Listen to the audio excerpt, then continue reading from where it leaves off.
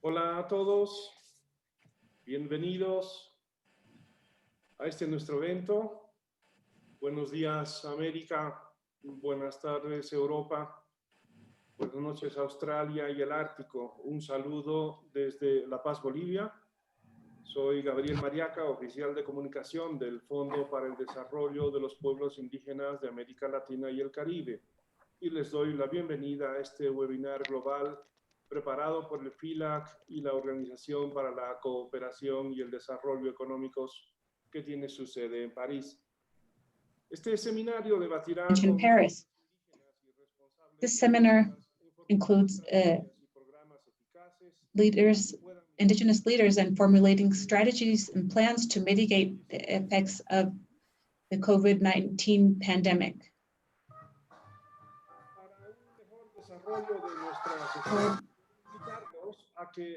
A better development of this meeting, I invite you all to mute your microphones and just turn them on when you have a participation, just as your cameras, please. Likewise, I'd like to tell you that this session will be recorded and it's being broadcast live through our Facebook Live platforms, through FILAC and OECD. If you have any questions, we ask you to make them through the chat of your Zoom platform. And for time and logistics reasons, we will only consider the questions that come in through Zoom and not Facebook. Interpreting to English and Spanish is available. Language option that can be enabled from the bottom that has an icon of the world on the bottom of your screen.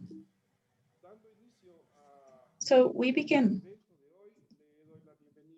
today's event. I welcome Alain Dubrieras, head of the Division Regional Development and Tourism of OECD. Please go ahead, Alain. Thank you very much. Good morning, good afternoon to all of you. A pleasure having you all with us and to see so many faces. We have been working together. Just a word to say that for the OECD, this work is undertaken under the auspices of the Regional Development Policy Committee.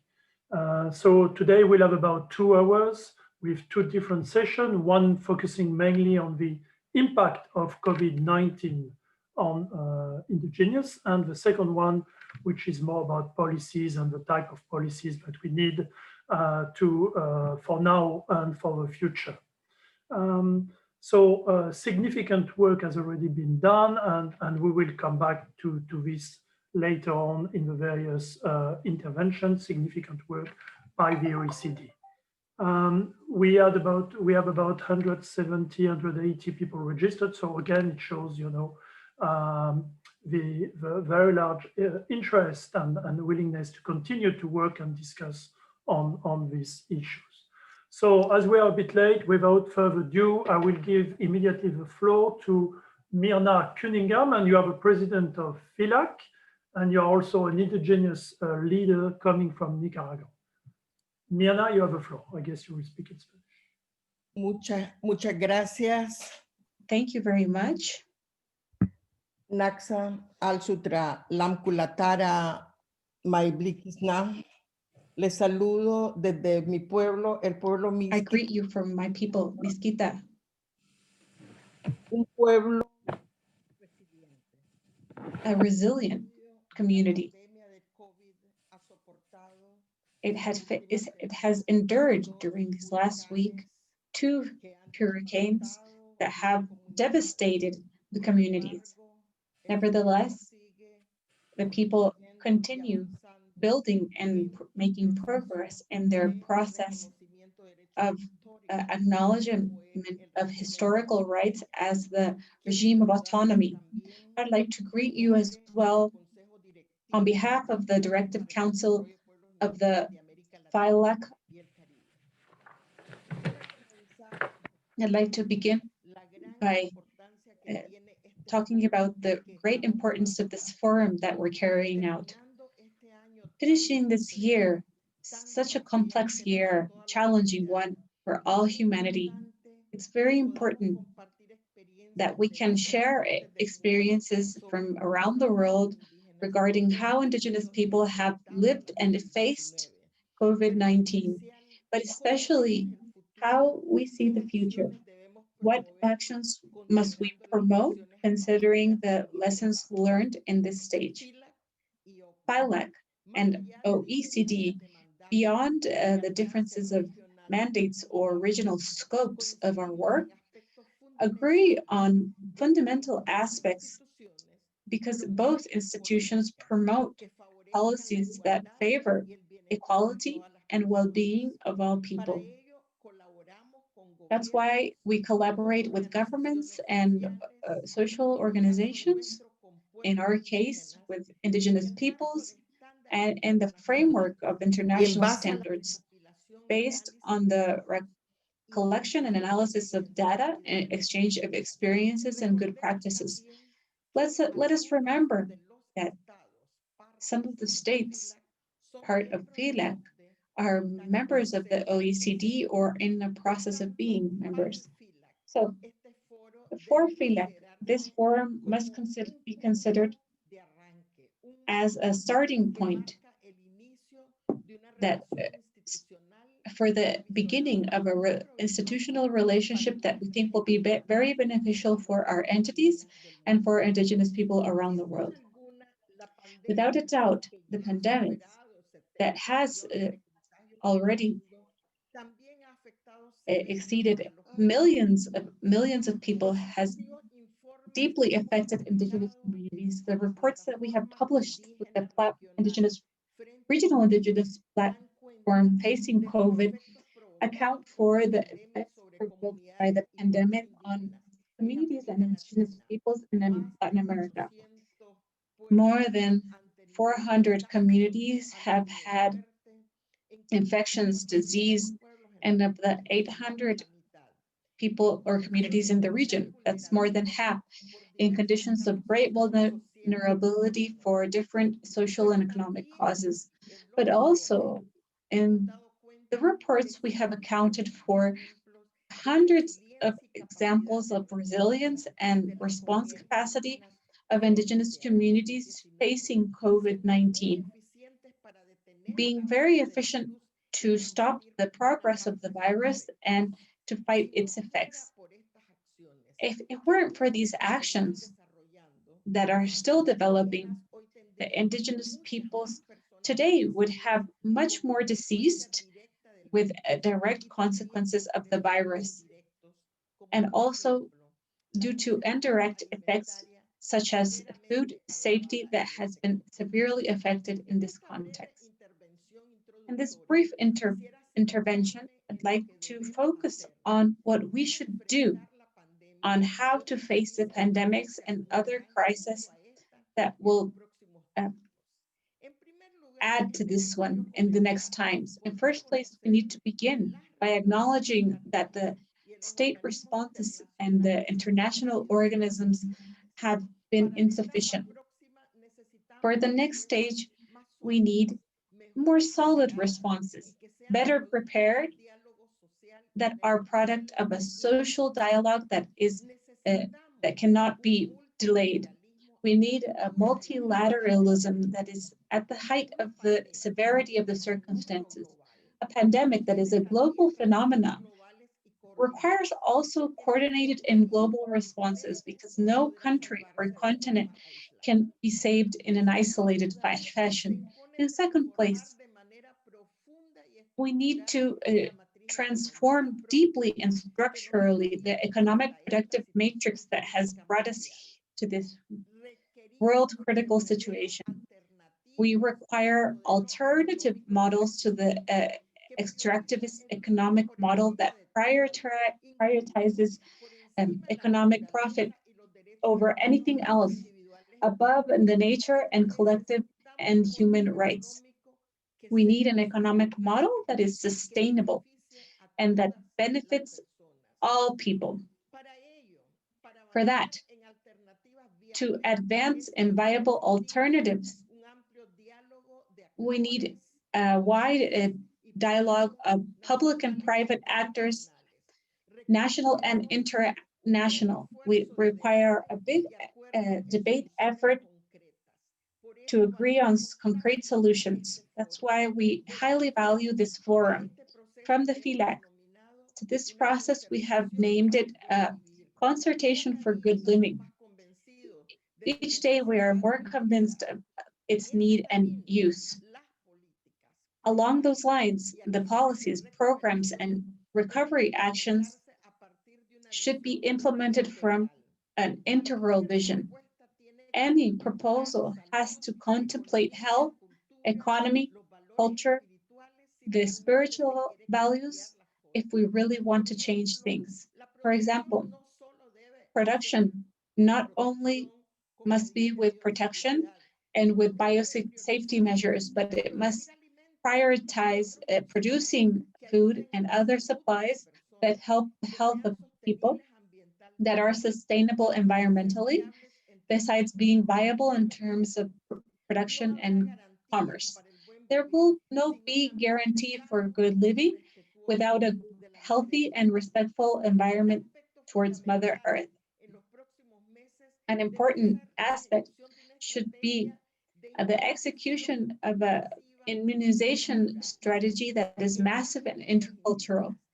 In the indigenous community, vaccination campaigns must be performed with cultural relevance that contemplates and respects from local language to the health perception of each community, indigenous community. For all topics, effective participation of indigenous people must be ensured. Nothing should be implemented on indigenous communities without their participation. This is not only an internationally acknowledged right in most of our countries, at least in our region, in Latin America and the Caribbean, but because in the practice, it's an essential requirement for that any state policy program or project be efficient. The experience in these months has shown that when there is self-government, autonomy, respect among indigenous people and authorities, we have had the best results. The current challenge is enormous, but also the big opportunity to have big structural changes that allow adequate conditions for the correct implementation of the rights of indigenous people and all people that live in this planet. The future is not what will happen within some time. The future is what depends on what we do now, of the measures that we take, of the agreements that we reach to build alternatives to the current world. The debates of this forum and of many other exchange scopes will allow us to advance decisively towards correct responses facing the current crisis. Depends on how we build now the paths of exit to this crisis that is worsened by the pandemic will depend on how we live the next decades. I wish a good debate to all of you. Thank you very much.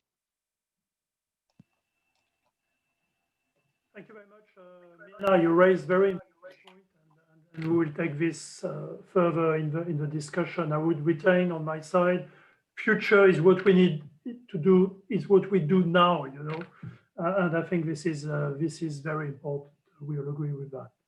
Let me now give the floor to Nadim Ahmad, who is the Deputy Director at the OECD in the Center for Entrepreneurship, SMEs, Region and Cities. Nadim, you have the floor.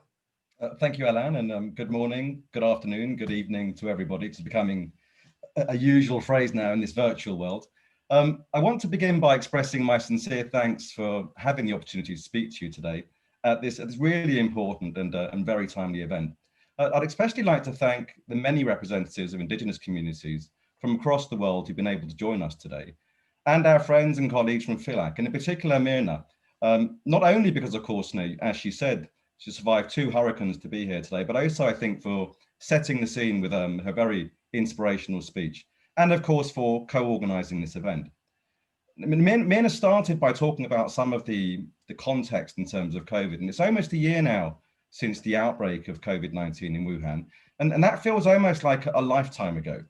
And far from being the great leveler that we originally thought it would be, it's now clear that it's exacerbated and fed off many of the disparities that we were struggling to address prior to the crisis. Indeed, only yesterday, the UK Institute for Health Equality released a report highlighting that those at the bottom of the social and economic scale before the pandemic were now suffering even more, losing health, jobs, lives, and educational opportunities. A point that also rings true in the 167 policy reports that we've made available at the OECD on our special COVID response site. And those disparities also have a strong place-based dimension, as our work on regions and cities and territorial areas shows, which is of particular relevance for this event, given that a disproportionate share of Indigenous communities live in remote rural areas. Disparities in access to hospital beds, disparities in the types of jobs that can be performed remotely, disparities in access to digital tools. I could go on and on and on. But suffice to say that in nearly all cases, the challenges are significantly higher for rural areas and indeed for Indigenous communities. But at the same time, COVID has also heightened the importance of and given renewed momentum to closing these gaps, and in particular the importance of inclusiveness, resilience, and sustainability as we try and build back better. Now, inclusive, resilient, and sustainable, they're the 3 words that have always been at the heart of Indigenous communities, as we have learned from all the work that we've been engaged in cooperation with Indigenous communities in recent years. And in particular, those 3 words come through again and again in our recent publication on linking Indigenous communities with regional development, and I strongly encourage you to read it. And in particular, because of course the publication sets out a framework that promotes sustainable and inclusive development, and that framework is as relevant today, perhaps even more relevant than it was when the report was produced in 2019. And it sets out 4 priority areas, and I'll highlight 3 of those now, and I'm sure they'll come up again and again in the conversations that we'll have today. And I'll come back to the 4th, perhaps the most important later. Now, the first is entrepreneurship. We need to build on the unique strengths of Indigenous communities, as well as overcoming barriers and obstacles, such as access to finance and access to markets, to create an enabling environment for Indigenous entrepreneurship. The second is land. We need to improve the Indigenous land tenure system in order to create opportunities for economic development, and indeed overcome some of the barriers that hold back entrepreneurship. The third is governance. We need to ensure that policies across all levels of government are joined up and place-based, with a strong focus on empowering Indigenous communities. Now, for each of these, we have a catalogue of specific and detailed recommendations that I won't, unfortunately, be able to list in the short time I have available. But cutting across all of them are opportunities that have to some extent, and perhaps in many cases to a large extent, been reinforced by COVID. Opportunities that capitalize on the renewed awareness of consumers for local, sustainable, ethical, and fair goods, and their increased willingness to pay more for these goods. And indeed on firms' increased awareness to embrace social corporate governance in their business models. Opportunities for eco and ethical tourism, opportunities to better exploit the digital transformation to access new markets, and indeed new forms of financing, fintech, crowdfunding, blended finance. And of course, there are many, many, many more. And all of these play to the strengths of Indigenous communities, and which I hope will emerge in discussions that you'll have today. Now, this all brings me to the 4th and perhaps most important pillar in our framework, data. It won't have escaped your attention that much of my earlier comments on disparities were framed around places or social conditions. And that's because there are very few systematic efforts to collect data on Indigenous communities per se. And we need to change this. And our fourth pillar is explicitly an attempt to fill this gap, recognizing, as our Secretary General is fond of saying, you cannot manage what you cannot measure. Now, where data do exist, they reinforce the need for a systematic approach. Research from the US, for example, suggests that the rate of new COVID-19 cases is 4 times higher among Indigenous communities and reservations. And we also know that among Indigenous communities across many of the dimensions of well-being that we monitor at the OECD, income is lower, life expectancy is lower, educational attainment is lower. Perhaps the only thing that's higher is unemployment. We also need to recognize that we're not always measuring all of the things that matter. And Mirna made this case very strongly in her intervention. And in the conversations that we've had with Indigenous communities, we've also learned that our conventional measures of well-being don't capture aspects of significant value to Indigenous communities, such as knowledge, tradition, and culture. And we must do more here to ensure that policies are not blind to these. Now, the foreword to the report contains perhaps the most important few words in that report. Nothing about us without us. Again, a point that Mirna really emphasized in her intervention. And this reflects the fact that the development of policies that can close existing disparities and capitalize on the rich potential of Indigenous communities can only happen as part of a dialogue with you, which is why today's event is so important. Indigenous peoples represent about 5% of the world's population, 15% of the world's extreme poor, and 1/3 of the rural poor. We won't achieve the Sustainable Development Goals to leave no one behind unless we work in partnership with Indigenous peoples. And we won't be able to build back better without that dialogue. As much as 80% of the world's remaining forest biodiversity and 1/4 of the above ground carbon in the world's tropical rainforests lie in Indigenous lands. In a nutshell, and these are my closing remarks, we need to make sure we include Indigenous communities in the recovery process. Now, I'll pass the floor back to Alain, but let me just end by saying that I really look forward to the discussions today. I mean, this is a really important event and one that's been on my calendar for a while now, and one that's been highlighted as one of the key events that I'm really, really looking forward to. So I'm hoping this is going to be a very successful event. So thank you all. Thank you very much, Nadim. Thank you very much. So let's move now to session 1, which is about the impact of the COVID-19 pandemic on Indigenous communities. And I will give the floor now to Gabriel Mariaca, who is the facilitator of this session. And I understand we will have a short video at some point. Gabriel?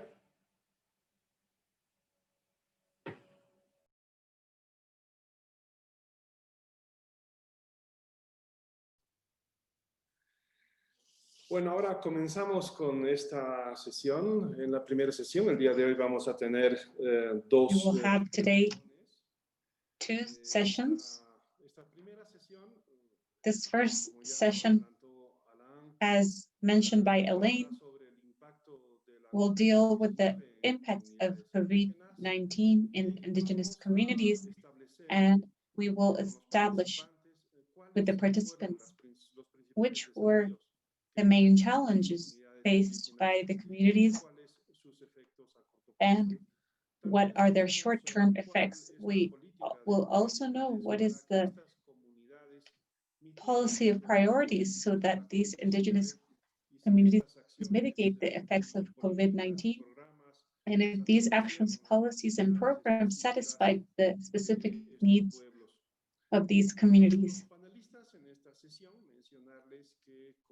To our panelists of these sessions, I'd like to mention that you have 5 minutes for your initial exposition.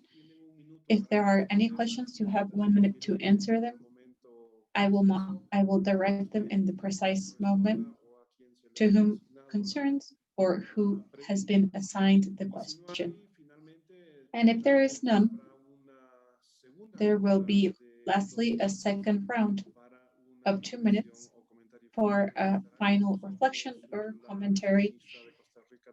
The Vice Minister of Costa Rica, Natalia Párez, will be with us from Australia, Peter Yu, and from Canada, Shannon Metawamin, and Gregorio Diaz Mirabal has not been able to attend.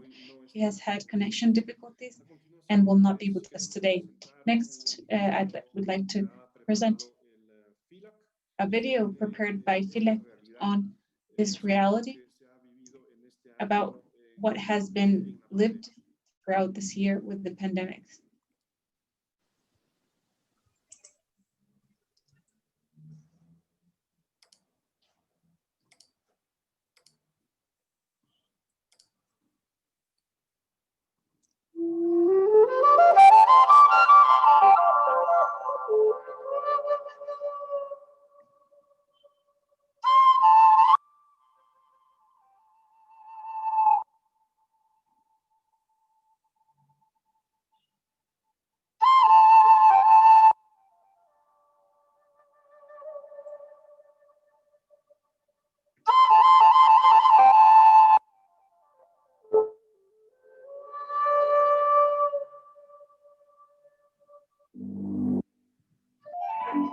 Ante la pandemia, todos los pueblos indígenas nos lanzamos a trabajar fuertemente. La prioridad fue informarnos y divulgar para salvar vidas y proteger comunidades. Ahora, ¿estamos en el camino correcto? ¿Estamos ayudando a salvar vidas? La situación para los pueblos indígenas ha empeorado alarmantemente. Muchas de las comunidades corren el riesgo de desaparecer. Desgarradores testimonios dan cuenta de ello. Por favor, quédate en la chacra, quédate en el campo. Necesitamos cumplir con todos los protocolos de prevención de este virus que está azotando a nivel global. La falta de servicios básicos de salud y la carencia de alimentos, entre muchos males, flagelan a las comunidades en gran parte del continente. Sin embargo, en medio de tanto dolor, ha nacido una esperanza. La respuesta de nuestros pueblos, tan masiva como conmovedora y eficiente. Vigilancia comunitaria, divulgación en idiomas originarios, aplicación de nuestros sistemas de salud tradicionales, decididas acciones solidarias para enfrentar el hambre. Así, las comunidades indígenas se han puesto de pie para derrotar el flagelo. Son decenas y decenas las buenas prácticas que honran y salvan vidas. Poco a poco, algunos países van fortaleciendo sus acciones en relación a nuestros pueblos. Determinados gobiernos han respondido positivamente a las recomendaciones que se han hecho. El contexto, no hay duda, continúa siendo aún muy preocupante y peligroso.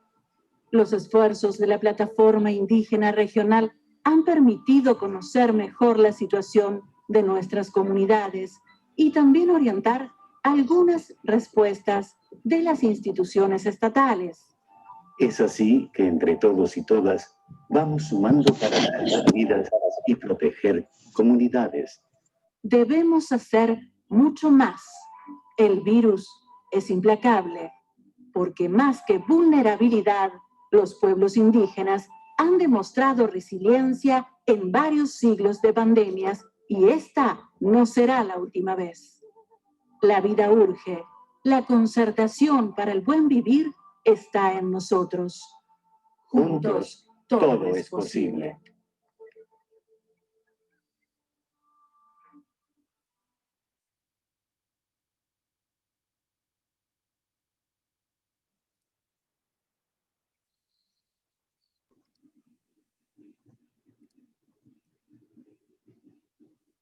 Bien, ahora tengo el placer de I invitar have the pleasure to invite Natalia Alvarez, Vice Minister of Employment and Social Security of Costa Rica, which will mention a successful experience on the binational mechanism to guarantee the rights of Nube Indigenous people across the borders.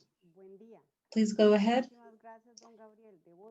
Good morning. Thank you, Gabriela. I must say that as Vice Minister, I'm a Vice Minister of Employment.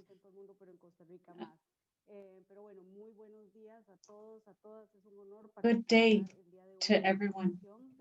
It's an honor to participate in this session on behalf of the government of Costa Rica. We thank enormously the OECD and PILAC, and greetings to all who are here today.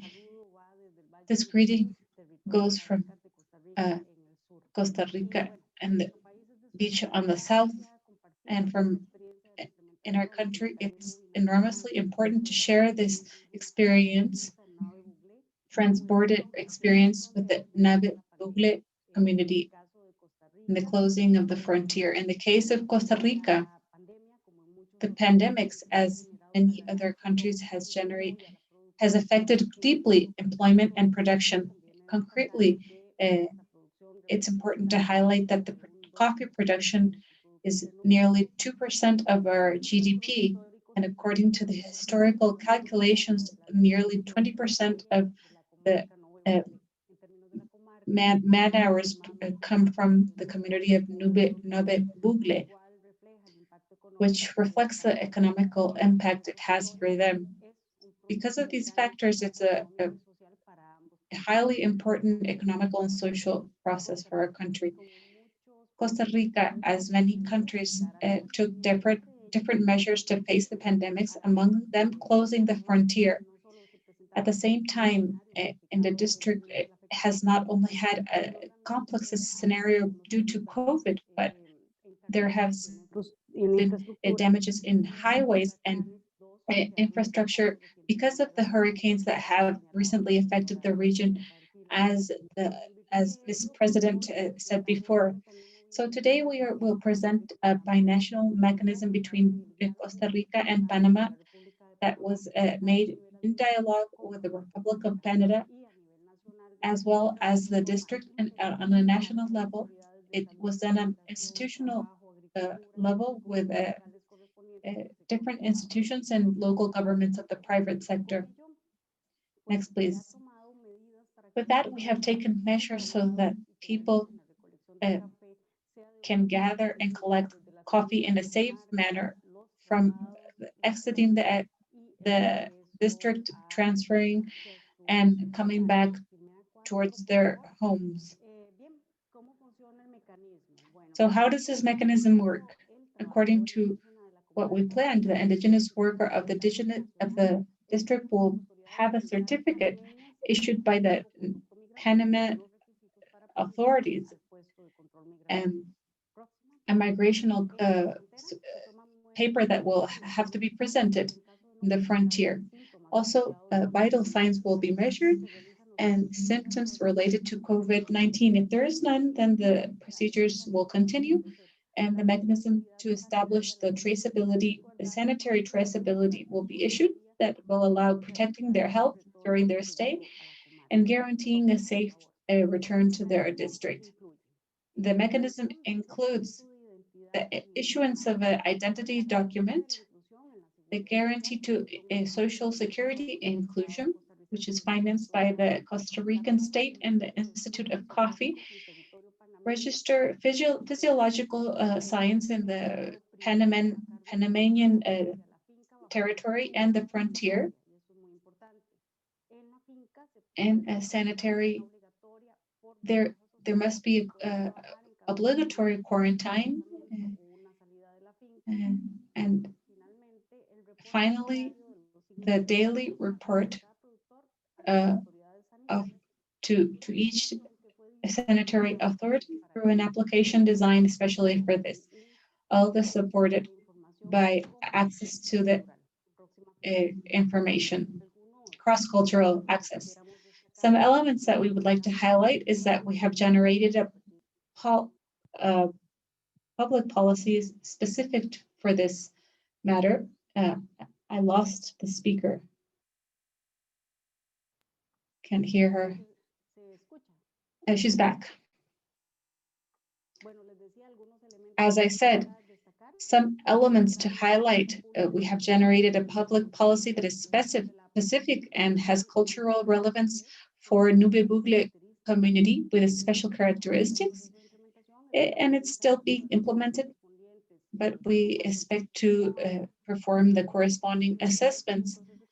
To the moment we consider it has been successful, we have been able to admit 400,000 people in spite of the harvest being delayed, and it has worked well by safeguarding the health of the people in spite of the multiple elements that have impacted the communities, the hurricanes and the financial aspects. It's important to highlight that through this set of measures, we can guarantee good conditions of work and formal ones. It's important to highlight that the governments keep a commitment to these mechanisms that are only sustainable if we have the commitment from all the actors involved. The experience of safety have to be kept, having in mind defending the rights of the communities, for which it is key to have the participation of all the institutions. Thank you very much.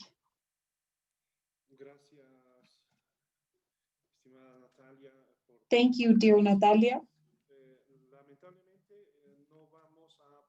Unfortunately, we will not be able to have the presence of Gregorio Diaz Mirabal, which is the coordinator of indigenous organizations of the Amazon Coica Basin. We will now listen to Peter Yu, which through a pre-recorded video has sent his message. Peter Yu, which is the Vice President of the First Nations of the National University of Australia and President of the Indigenous group of the forum. Please, if you can show his video. Thank you very much for giving us this video statement for the event today. We're recording this ahead of time because of the time shift between the meeting and the Australian time. And I have two questions that I would like to ask you today, or I would like you to respond to today in your 5-minute statement. For the first one would be, what do you see as the main challenges Indigenous communities face during the COVID-19 pandemic? And the other one would be, what are the policy priorities needed in terms of mitigating the effects? And do you think currently programs and policies sufficiently include the Indigenous voice in the responses? Thank you, Lisanne, for inviting me to join this conference. I think the main challenges certainly are the immediate risk and threat to life of First Nation communities as among the most vulnerable from a health point of view.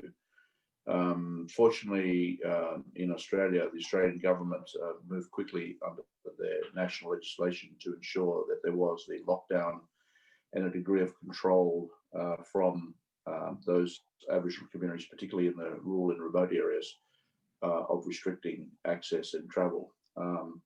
Some preliminary figures at the beginning of the pandemic indicated that if there was to be infection, the infection rate would likely have up to about a 30% mortality level, which was quite alarming, but not unalarming in the sense of the continuing struggles that most of our communities have in terms of the improvement of their health status and the kind of levels of disease that we still have in our remote communities.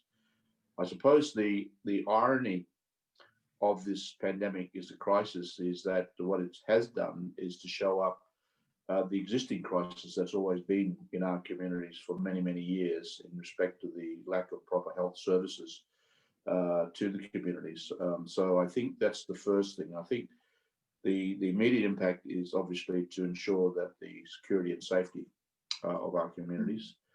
I think there of course is the risk from the point of view of following the various protocols to stop the potential spread of the virus in terms of limiting numbers. So there was a question of customary ceremonies and practices that would probably need to adjust to be able to ensure that there wasn't the ability by large numbers of people gathering, similar to mainstream society in the conduct of those ceremonies. and those rituals that people were performing.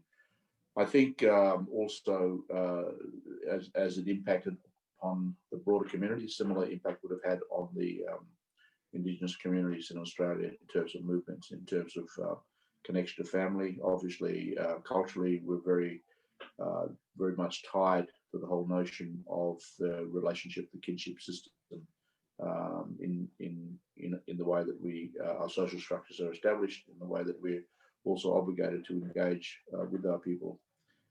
That has obviously been an impact, but I think people have adjusted well to that.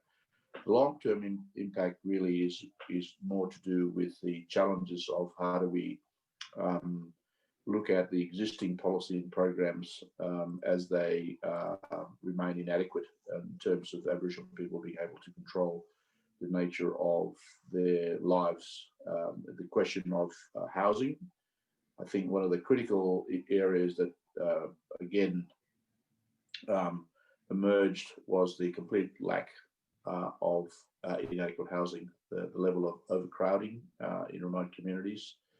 At times, historically and contemporary, there's anything from up to maybe 10 to 15 people in one house. So the adequate housing, the type of design of housing.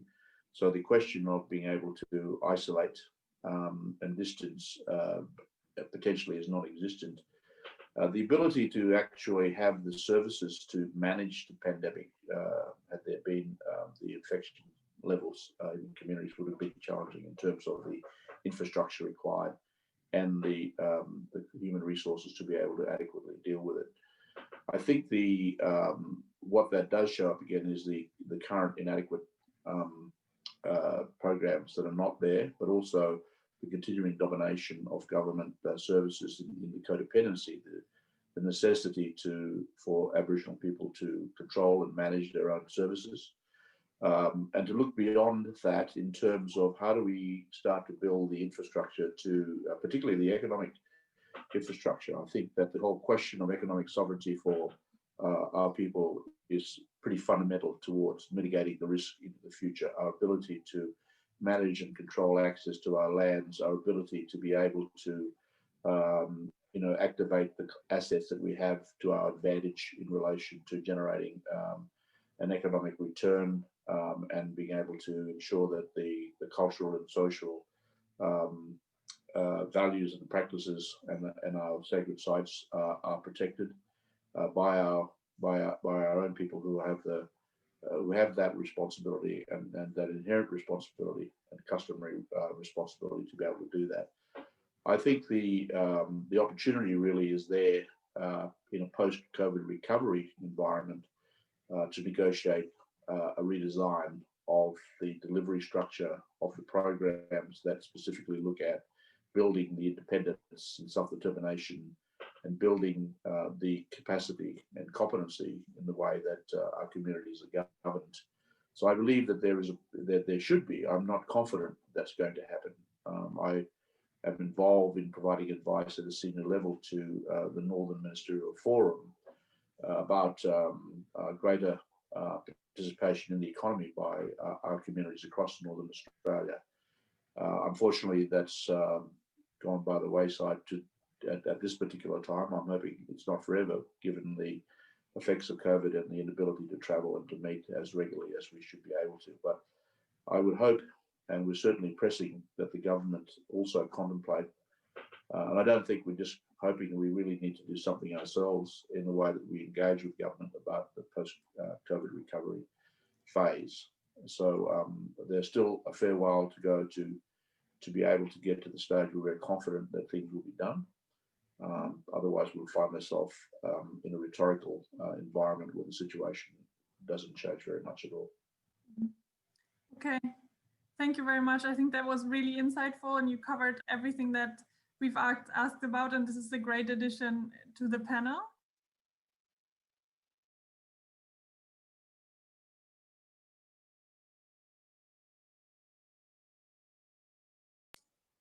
Bueno, gracias a Lisandra Dershal, que ha conducido esta entrevista a Peter Yu. Alessandra has been guiding this interview, and now we are going to continue with Jenin Metatawawi. He's a president CEO of National Aboriginal Capital Corporations Association and ACCA. And he will tell us about the business experience in Canada and policy responses during this pandemic. So go ahead, Shannon. Am I able to share a screen?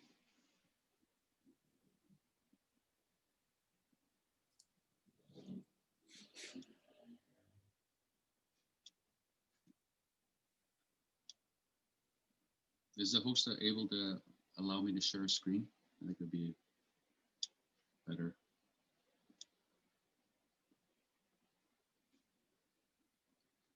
Liziane, can you hear me? Yeah, I think we're working on it. Salia has the rights to do that. I don't have the rights, unfortunately. Sorry. Okay. One more second. Well, thank you everybody for allowing me to speak today. I'm calling from Canada. I'm in the eastern part of Canada on the Mi'kmaq territory, so I want to thank them for allowing me to live on their lands. As we attempt to share the screen, and if you just let me know when I'm able to share. You should be able to share the screen now. There should be a button on the bottom. Host disabled, it says. Participant screen sharing. Maybe it's not going to work. I'll just speak to the slides that I have. You must have the share screen button at the bottom of your screen. Yeah, it says host is disabled, participant screen sharing. Absolutely. No. That's very weird. That's okay. I will. I'll speak to the slides that I have. I think it's really important. We're talking about COVID impacts on Indigenous people, and I think it's really important to understand that this is just another one of the barriers and the impacts to Indigenous people that we have been experiencing since colonization has impacted our peoples. There's 476 million Indigenous people in the world, and I think it's our responsibility to ensure that all Indigenous people have access to the same programs, services, capital, and capacity that other Indigenous people have. And want to introduce our organization. We are one of the ones that are highlighted in the OECD recent report on Indigenous people taking control of their economic sovereignty by creating an Indigenous financial institution networks that assist Indigenous people start loans. So we've been doing this for 35 years. Our loan portfolio started with the $240 million from the government back in the early 90s, and has been recycled about 15 times. And our institutions, and there's 59 of them covering coast to coast to coast in Canada, they provided $2.8 billion in lending. Now that equates to about 48,000 loans to our Indigenous people, helping the approximately 60,000 businesses that exist in Canada. Now, in Canada, one of the first things that we had to do was ensure that our existing businesses were protected with the COVID response. So we made sure that the government knew that we were there, we existed, we had businesses that we had to protect, because as you know, Indigenous people are always considered as an afterthought. When you look at the US, 92% of all CEOs are white. All the boards on foundations, 89% of them are European descent, white, non-people of color. All management positions in the financial sector, 81% are European descent, non-people of color. This demonstrates that the system was not created for Indigenous people. We were prevented from participating in the economic prosperity of the lands that were taken from us, where the natural capital has been eroded for centuries.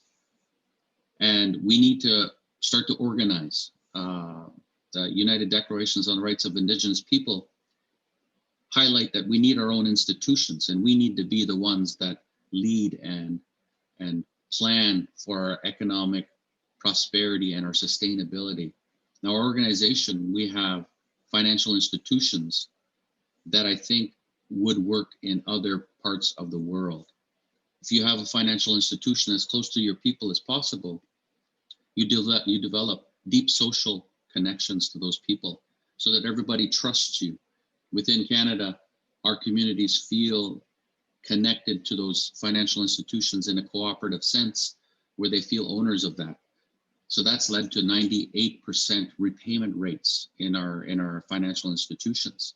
So it's very, very low risk, even though it's developmental lending. We've suffered from lack of capital for more than 2 decades.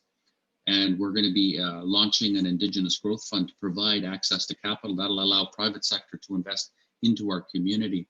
So creating instruments that allows the private sector to participate. I think the Indigenous community, we've got about 500 million Indigenous people in the world. We have land connection. We need to sort out the land tenure for sure. But I think in Canada, with 275 court cases that affirm our rights and title, it's very hard for a multinational corporation to just come up and set shop without engaging our community. So we do have a little bit of leverage. And I think in other parts of the world, Indigenous people will have that leverage to say we need to be engaged, we need to be consulted to a point of consent and participation in the equity of that business. So in the future, beyond COVID, I've always looked at what do we need to put in place to ensure that we're going to be successful in the future. We definitely need supports right now for COVID to get us through this. We need to close the gaps in health and in all the areas of education, skills, employment, and training.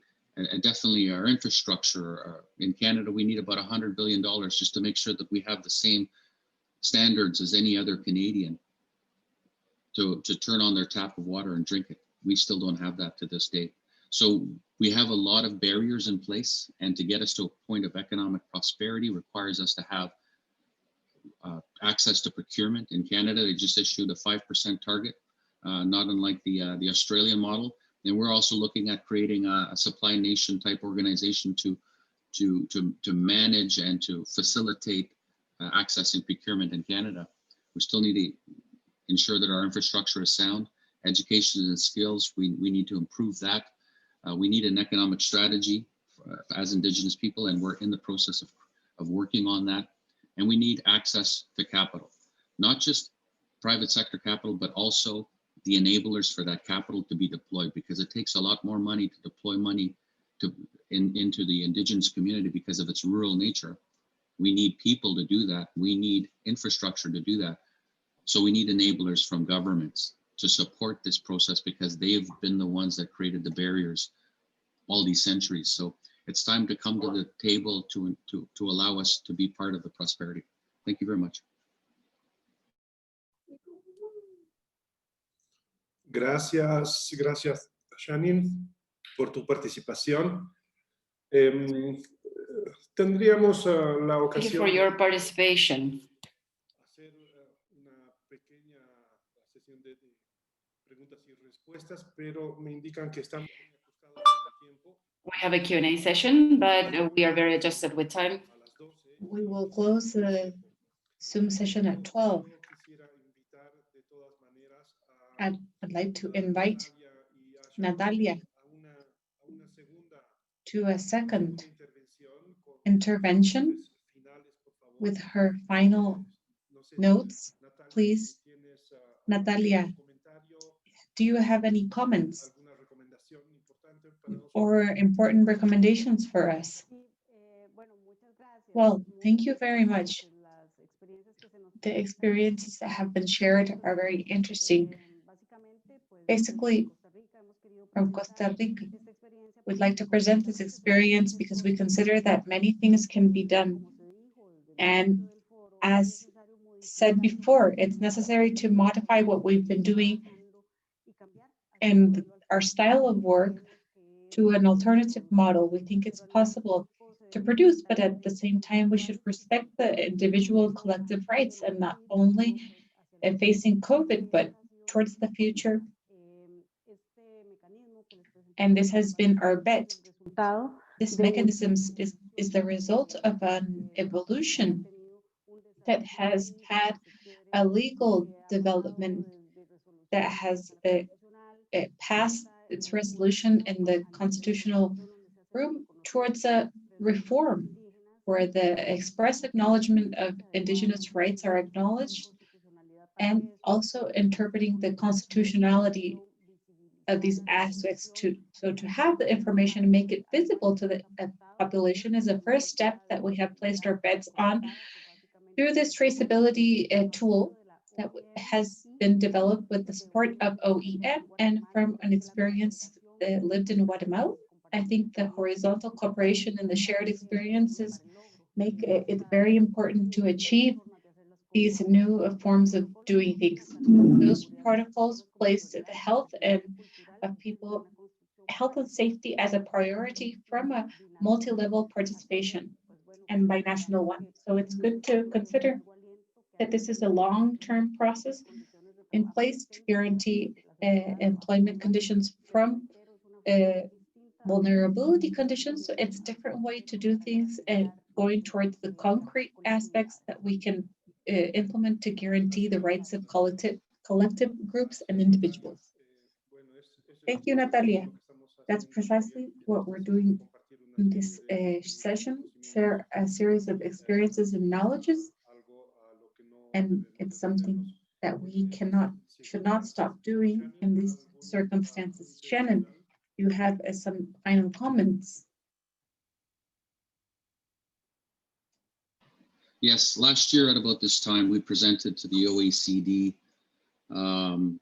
to create a platform for Indigenous participation, to have an Indigenous lens on the many committees that exist at the OECD. The OECD represents 80 million Indigenous people in the countries that are member states, and it would be good that more states join the OECD. But I think it's very important to ensure that the OECD continues the process of creating that platform at this international level, because it's going to be the unifying of Indigenous people that's going to allow us to be successful long term. We have the ability and 500 million people to ensure that we have some sort of procurement process and trade where we're connected. We have capital and we have partnerships that'll allow us to take advantage of opportunities within our own countries. And we have an ability to share in practices of capacity development and skills, because at the end of the day, we have been left behind, so far behind, that it's now for us, now up to us to pull everybody forward so that we're all participating together. In some countries where human rights are more of an issue than we have experiences in that, we should be able to share in those experiences to help the governments in creating of policy and legislation and advocacy. At the highest level, OECD has a role to play there, as does the UN. So I'm hoping and looking forward to working with everybody in the future. Thank you.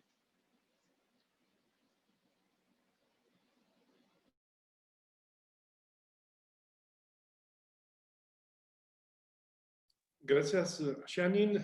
Thank you, Shannon. Well, with this, we have finished this first session. Now, I'd like to invite, it's been a pleasure for me to have participated in this occasion. From FILAC, for La Paz, Bolivia, we sent greetings to all the participants.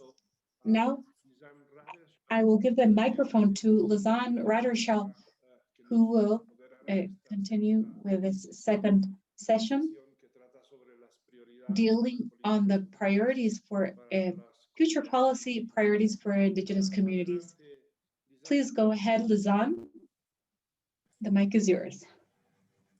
Thank you very much, Gabrielle, and thank you to all the speakers who have so far shared their views and participated in this event. I think it's a great collection of different experience that we can highlight, and I'm very much looking forward to this session, because as we've heard in previous statements, is really about building the future and trying to build a recovery of COVID and in general that works for Indigenous peoples, and is really an opportunity to build back better here and do that in collaboration and in partnership. So I'm very much looking forward to the panel that I have. I have 5 fabulous speakers with me today that I'm very keen on introducing in just a minute. And what we'll be doing is they will be highlighting different strategies of current recovery processes that are underway that will range from sort of social services, vaccination strategies, towards business support, economic support, and securing workers. So I'll invite, first up is Dr. Elena Chavez. She's from the Pan American Health Organization, and she's a regional advisor for immunization with more than 22 years of experience working in managerial and field experiences in with vaccination processes and diseases. So Anna, the floor is yours now. I will share your presentation as well. Muchas gracias. Espero se escuche. Favor confirmar. Y Thank you very much. I'd like to thank the invitation. Facing the future and an immediate future is the topic of the introduction of the vaccine against COVID in the next months. In some cases, we're thinking that it can be early January for some vaccines or early February of next year.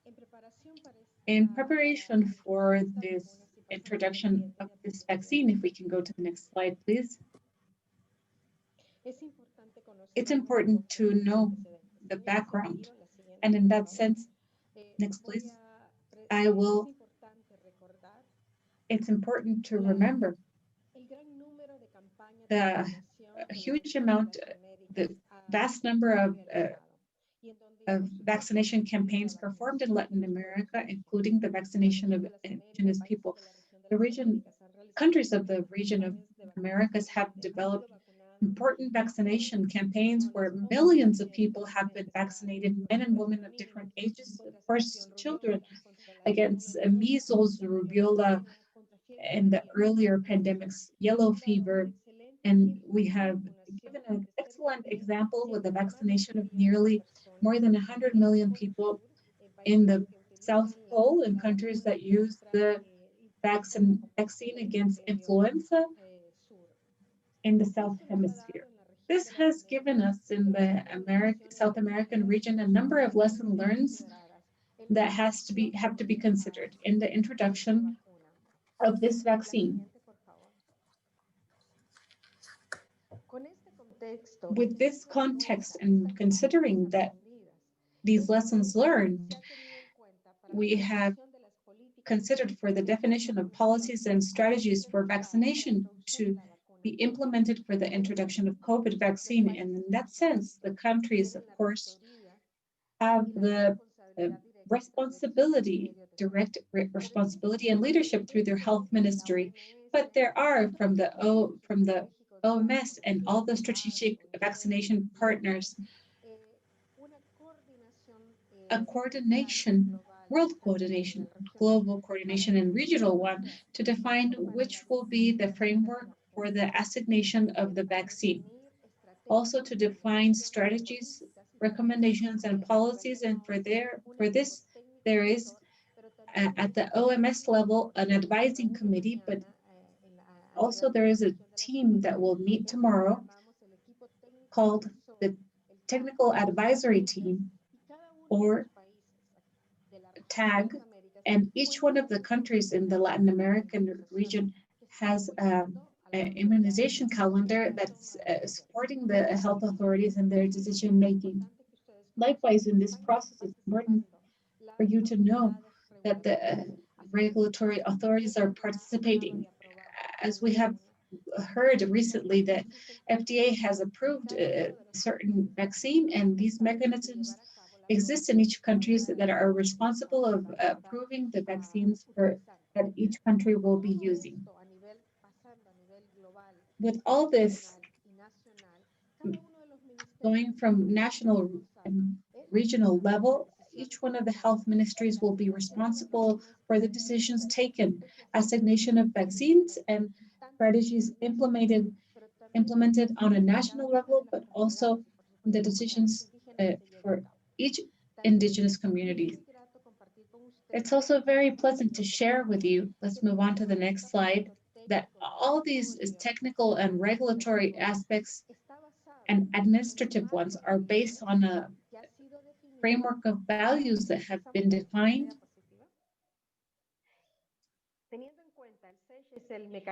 Considering the advising mechanisms and also considering through different means, the COVAX, which is the mechanisms that through Gavi is coordinating the assignation of the vaccine for the different countries that are participating through this initiative.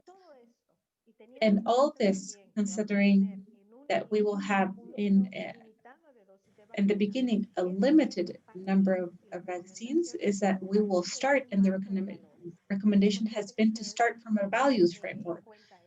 So it's important that you could know about this because it's in line with the principles, objectives of FILAC in that sense. This is going to take us to the distribution of the vaccine, considering what people are more at risk and who has a big risk of complications. And the third step, which is important for you to know it, is that once the vaccine is already available and approved, it is going to be necessary at some point to do some adjustments in all of the planification process. Probably they are going to say that the vaccine can be administered in pregnant women. So that population is going to have to be inoculated. And when they say the vaccine can be administered in children, and we see the epidemiological state of the thing, it could be that they are included too. Next, please. Anna, you have 1 more minute. You have 1 more minute. Okay. La siguiente, por favor. Next one, please. All of these values that were mentioned are aligned with the principles to defend the needs of the indigenous populations. Next, please. And I am not going to go into detail, but I wanted to share this with you so that you know all of the values that are being considered for the vaccine delivery. Next one, please.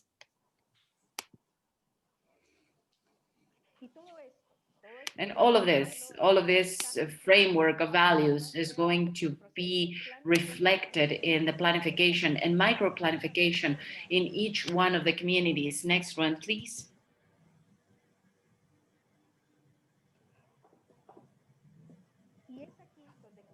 And it is here where I want to highlight what the communities can do in terms of their participation in the micro-planification and also in the identification along with the establishment of the health benefits of the health of the communities that need to be vaccinated. Next one, please.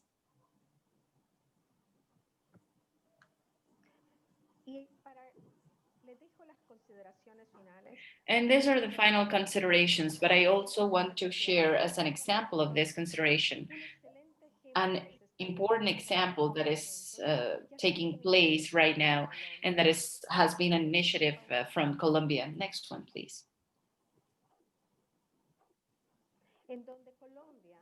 Where the Colombian government has donated $500,000, and this is an agreement that is in process to be able to be signed by all of the different stakeholders.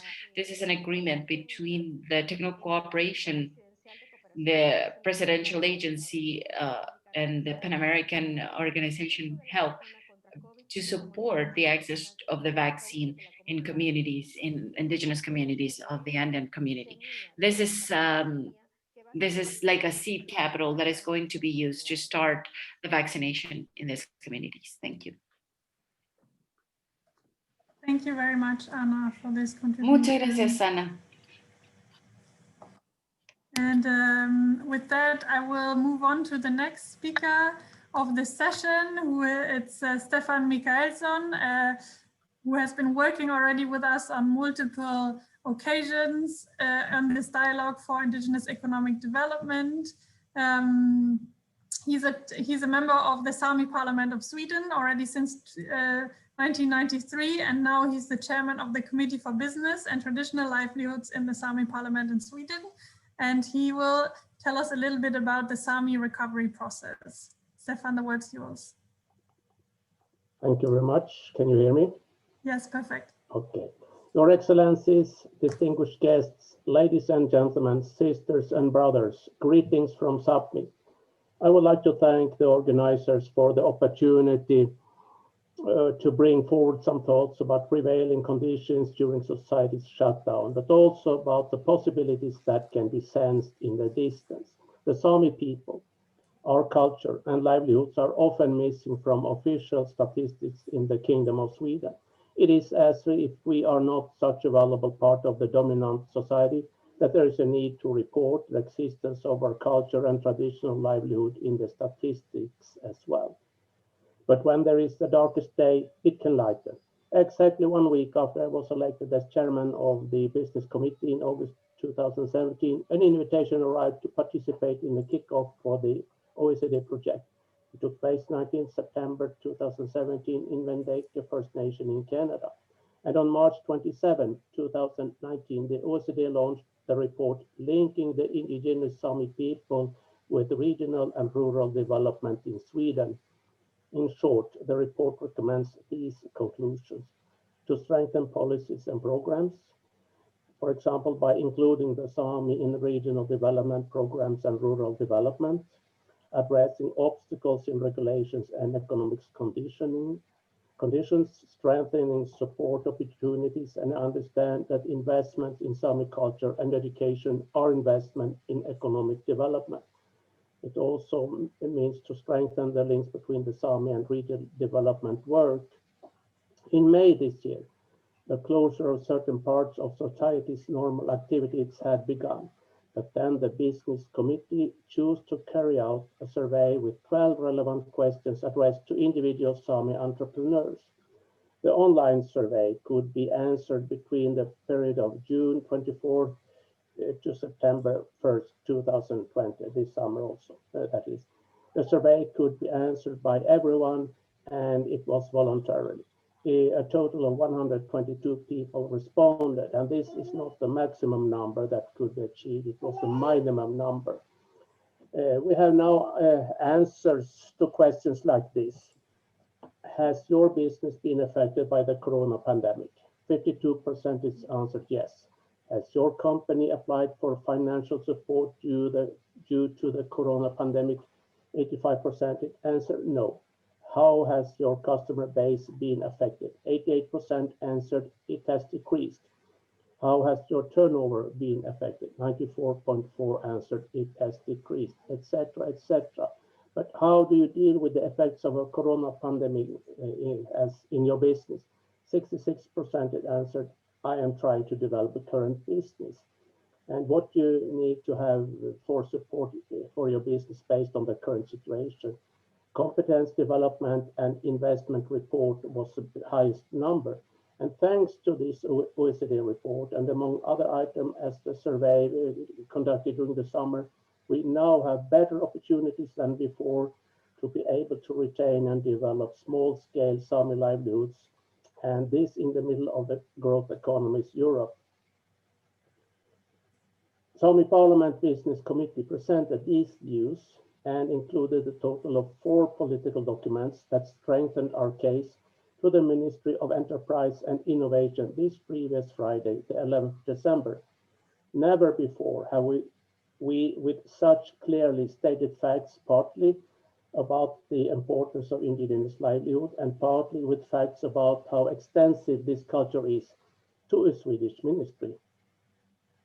We will also request some follow-up measures that the Swedish government had to take in order to support indigenous livelihoods during the shutdown.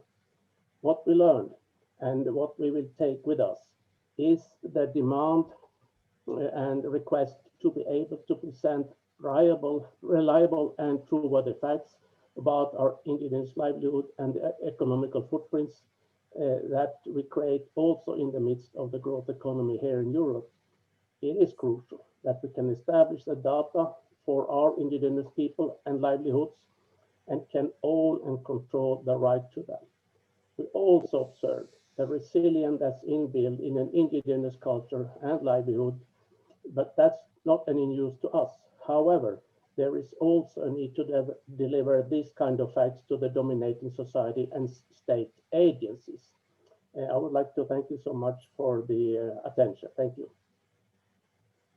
Many thanks to you, Stefan. This was great, and I think you reiterated many of the challenges we've heard before, specifically talking about the lack of data and having the need for visibility of data in order to communicate what kind of policies are actually needed for indigenous communities. And it's great that you were able to carry this specific survey out amongst your entrepreneurs and business owners as well, so you have a better opportunity to communicate that and be able to adjust hopefully some of the responses.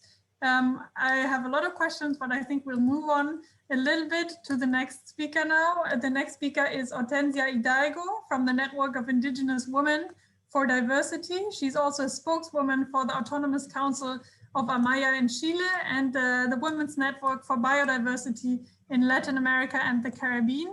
Hortensia, very welcome. Very glad that you have you here, and welcome to the panel. And Kamisaraki, Hilatanaka, Cuyacanaka. Kamisaraki, Hilatanaka, Cuyacanaka. Si me dejan compartir, por favor. If you allow me to share, please.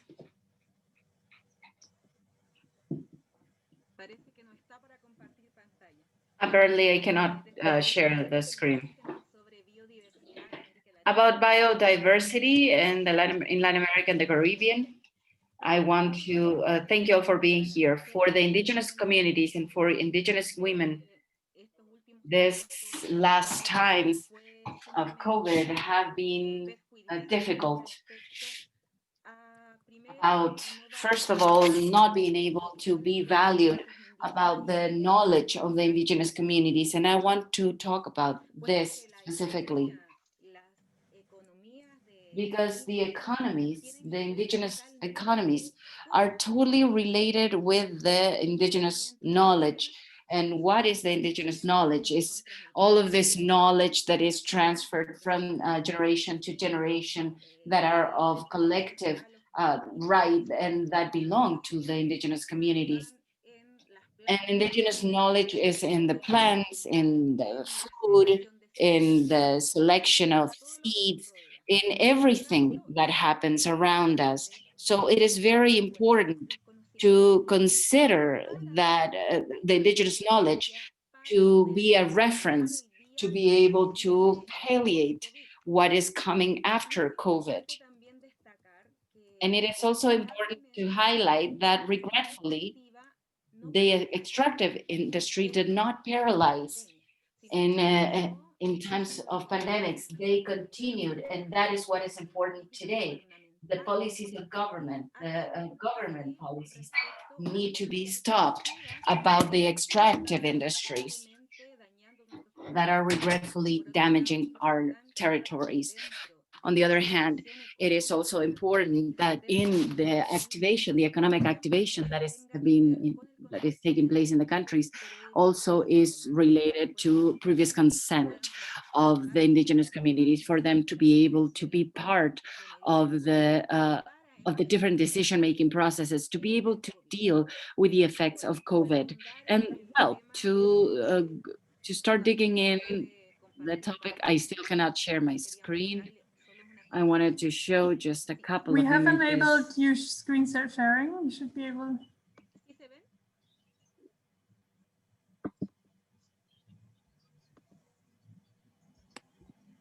¿Ahora? ¿Se ven? Sí. Bueno, ¿y por qué hablo de los conocimientos indígenas? Okay, so why do I talk about indigenous knowledge? This is an example of how agriculture today is agriculture is so important to deal with the economy today. This is an example of potatoes. Potatoes in Andean countries that are very common in Latin America, we have different types of potatoes. And this type of knowledge, indigenous knowledge, can support 20 years. With this potato, we convert it into a dehydrated potato, and that in hard times, for example, COVID and climate change times, you can have that. So you see a harvest of potatoes, you see different types of potatoes here.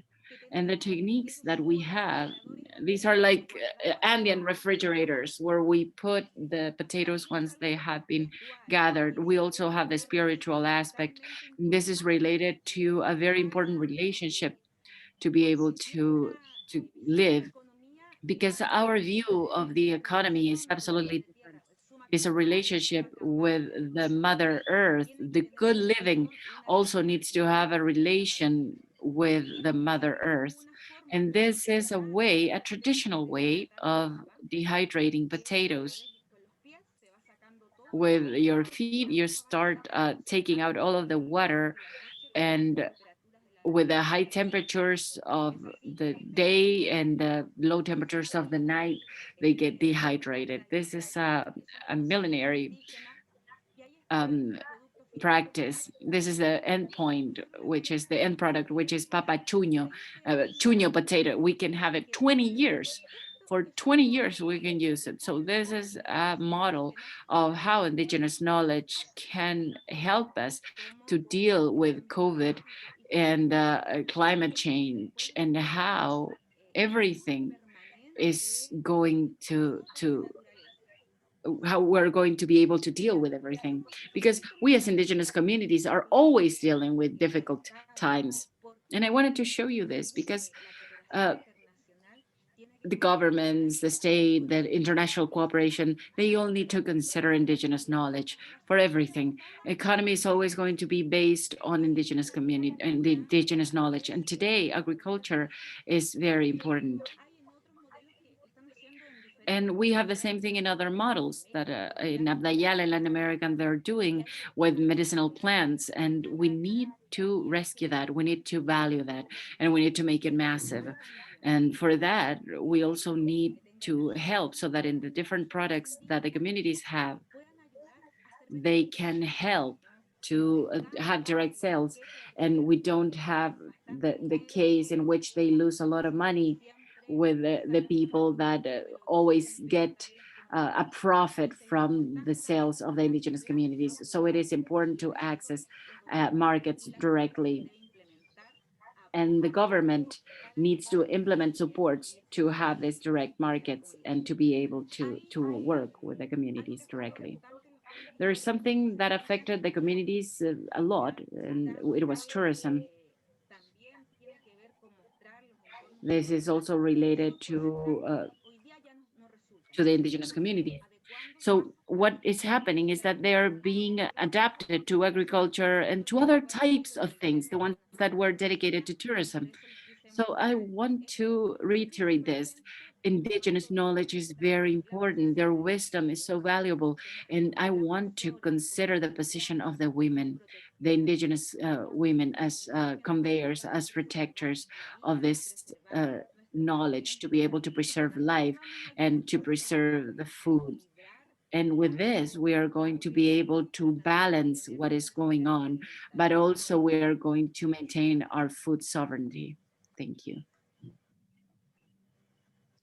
Thank you very much, Hortensia, for this contribution. I think it was very clear the importance of indigenous knowledge that you highlighted, and that has also been coming through before. And really this idea about sustainability and the knowledge about really the earth and how to treat the earth well, and that we can use to sort of reach the climate goals and sort of fight the climate change, I think is one thing that's really important. And within that, I see lots of opportunities for economic development for indigenous peoples that are sustainable as well.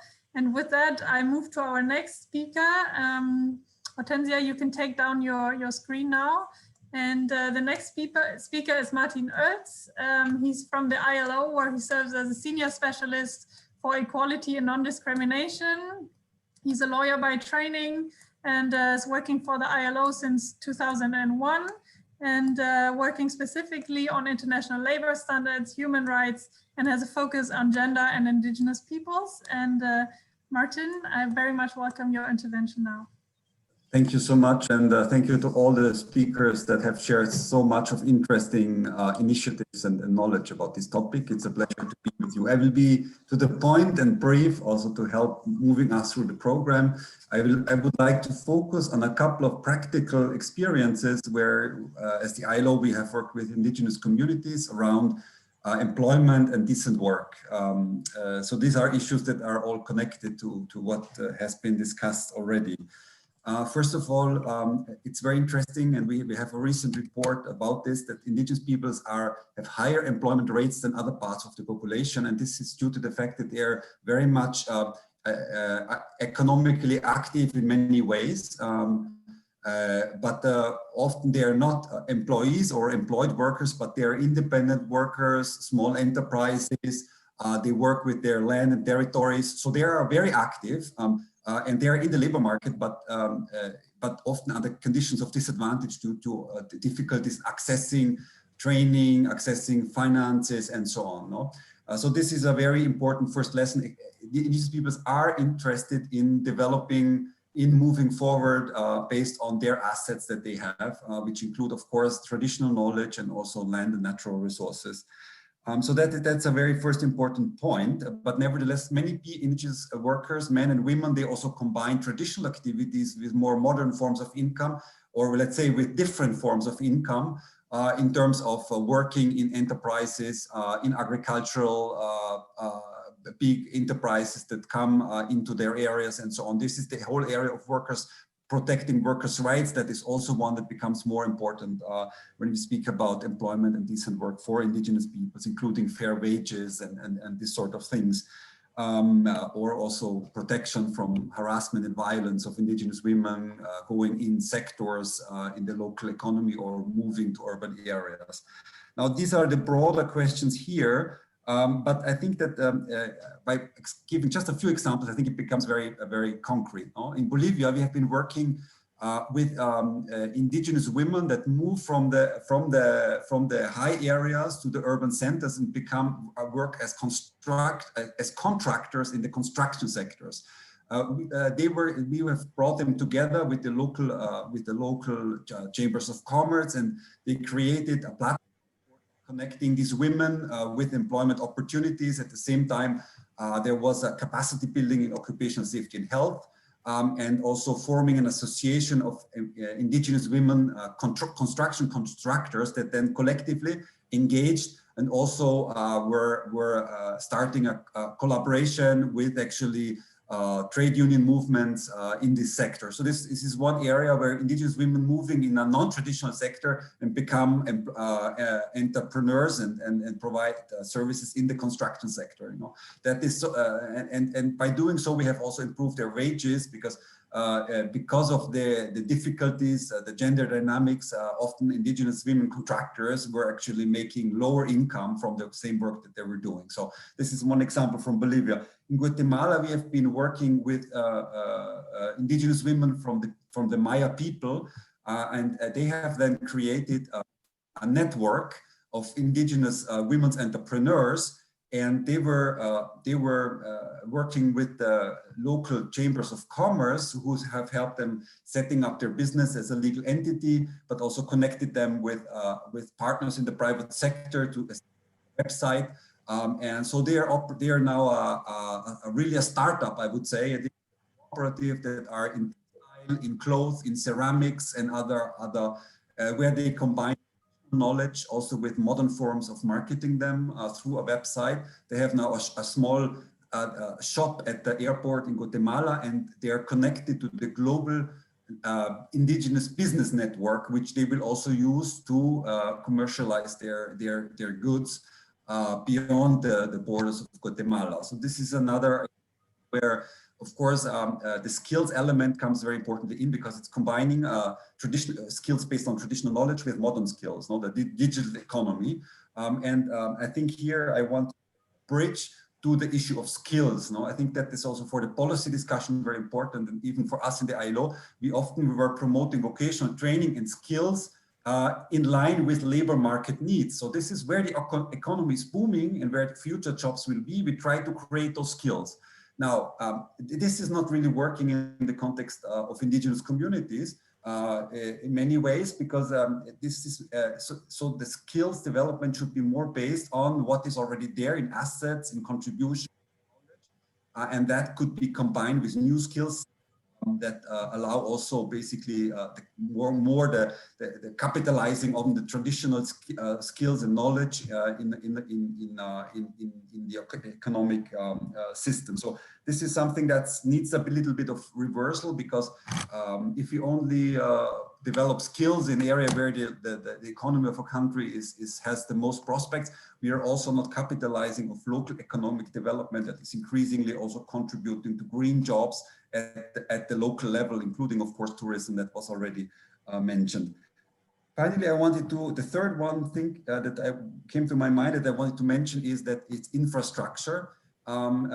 This is a big issue in rural areas. We know that infrastructure is important also for equal access to opportunities. At the same time, infrastructure is creating also employment opportunities. And we have developed what we call a community contracting modality, by which actually contractors that or companies that are they undertake public works and when this is concerned with indigenous areas, that sort of there is a methodology for actually ensuring that indigenous communities participate, including by creation of their own local enterprises that are then building up skills, but also in the follow-up, for instance, are then taking over the maintenance work for infrastructure. You know, this could be water, this could be electricity, so that this becomes a locally based maintenance there in the community. At the same time, also already in the creation of infrastructure, so this issue of inclusion of the communities at the early possible stage in terms of participation and consultation, that whole knowledge of the community about their area that is already built in the early stages of the project development. And at the same time, because it's called a community contracting modality, it's also very much in line with the collective rights expression and its expression. It's not only going into a community and dealing, perhaps in some areas you have also individual land rights, but you look at it from the collective perspective. No? Land was already mentioned, and that is of course an area where much needs to be done in terms of recognition of land rights, but also formalizing them, and then also following through in the protection of these land rights and providing mechanisms for legal mechanism for indigenous communities to claim their land and to have it protected also through mainstream rule of law.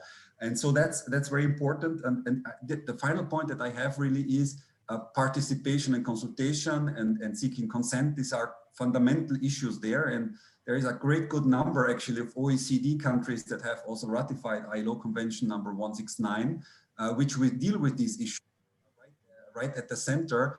And there is a great deal of actually creating a need for a creation of national infrastructure for participation and consultation. I would call it like that.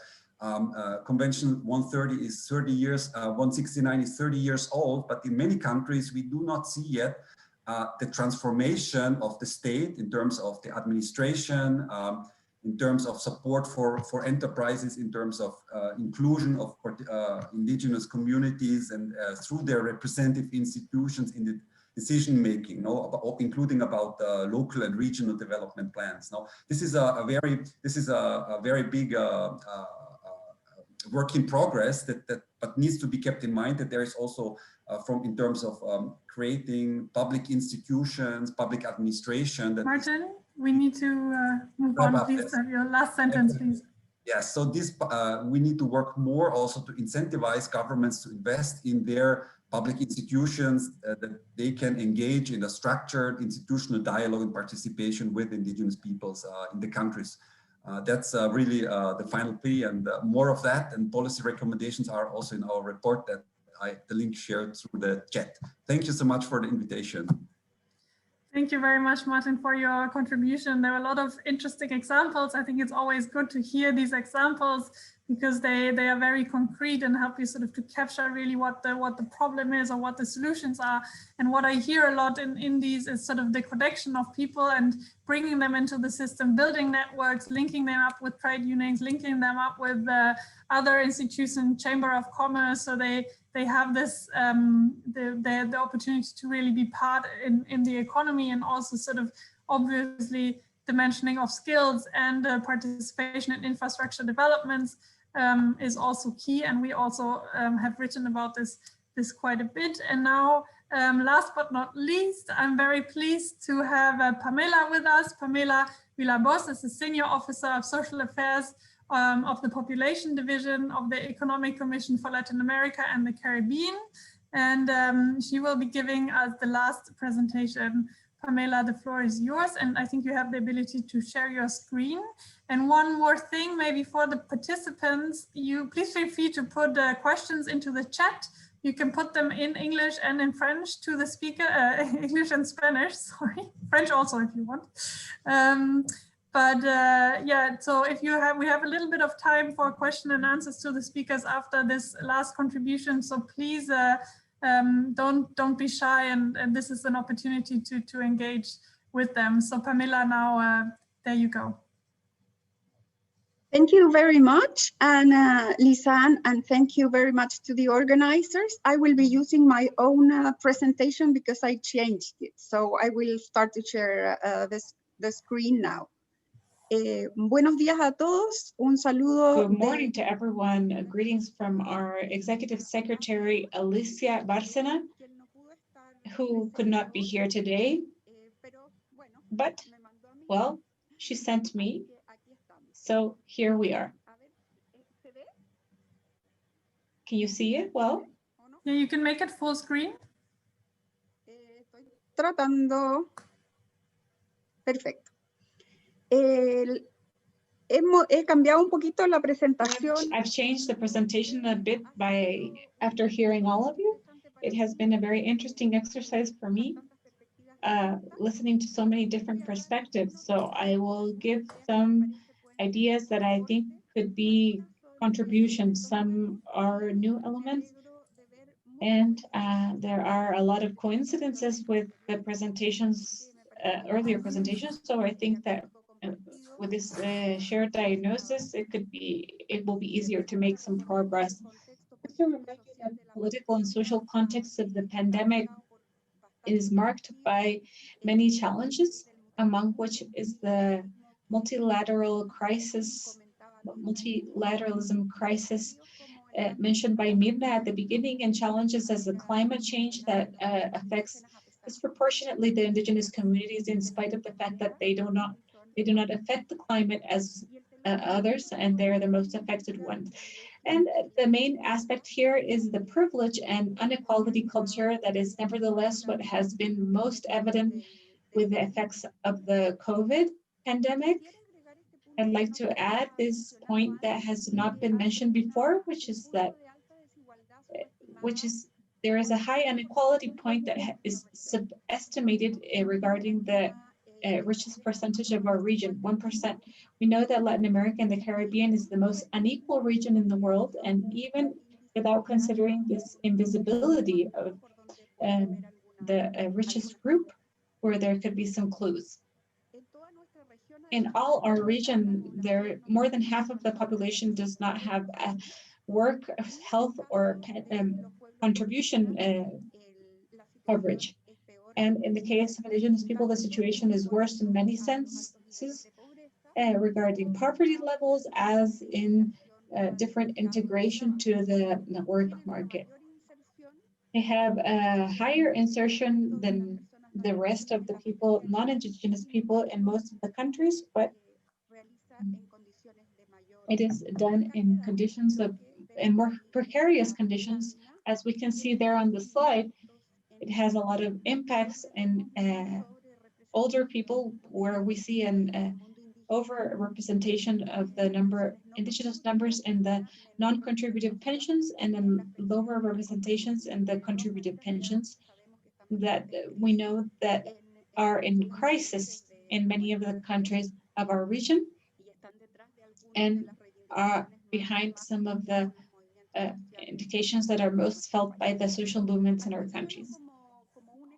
Here, just as an example, we put in the case of Guatemala, and it's not just important to focus on traditional economic indicators as poverty levels or characteristics of market participation, but in particular for the situation of the pandemic, we have seen very evidently the importance of other indicators such as access to drinking water, living in confined spaces, and access to internet, which has been a key to be able to access the online classes that have been provided in many countries as a solution facing the limits in mobility. And this has affected deeply the populations, indigenous populations, in the areas where they are living, which is what these slides show, which are results of microdata processing, showing us by geographical area, but also matching the proportion of population, indigenous population. This is repeated in the different countries for which there's an example that's very clear. A point that has been shared, but I repeat it, is that all women are more exposed to the loss of employment due to the consequences of confinement. We participate in a higher proportion in the first line of care, and we are less protected precisely regarding the access to social protection. Here are several examples. I'd like to stop at the point on the overload of economy on paid and non-paid work that I will deal with later, because it has a special connotation regarding women, indigenous women, because it is about not only the domestic work, but also it has a community aspect regarding the defense of indigenous rights and also the territorial aspect. Here, I move on to what have been some of the measures implemented by the countries. There are several examples there. As this is given in an unequal context, I think that it's important to see how these measures arrive to the communities. There are different examples that are repeated in the countries, like basic emergency supplies with their limitations, transference of food, medications, etc. The point is that, for example, in most cases, the access to these measures, the indigenous people that live in rural, isolated areas have less access and coverage. Regarding the transference of food and medicine from the organizations, it is criticized that these are not culturally relevant, and then they have not considered traditional food. And as our earlier panelists say, they have not considered the ancestral or traditional knowledge of indigenous peoples. Two very brief points regarding the process of recovery and principles that we must consider. On the one hand, the permanent approach towards human rights, and on the slide we can see some risks associated to this pandemic era, such as that exceptional measures can become permanent ones, and risks faced by the indigenous communities, such as the criminalization of their protests and demands that can worsen in these conditions of restriction of mobility related to the pandemic. The same regarding the participation, that of course has particular importance for the indigenous communities, and that is an obligation, legal obligation due to the international treaty and many of the national legislations that, thanks to the pandemic, have made visible the need that this participation, broad participation, be not only in social aspects, but in economical, environmental, health, and in different levels of the country, national, but also local. Here are some specific ideas regarding the measures directed to the indigenous people. On the one hand, as I said, guarantee the participation, and I add information because without the participation that is more informed, it loses its meaning, its purpose, and not only regarding decision-making processes, but also regarding the information on the measures of prevention, of self-care, and then the access to the recovery measures from COVID that can be culturally relevant in different languages, so that the people can also be informed. De adoptar medidas que afecten los derechos. As a colleague said earlier,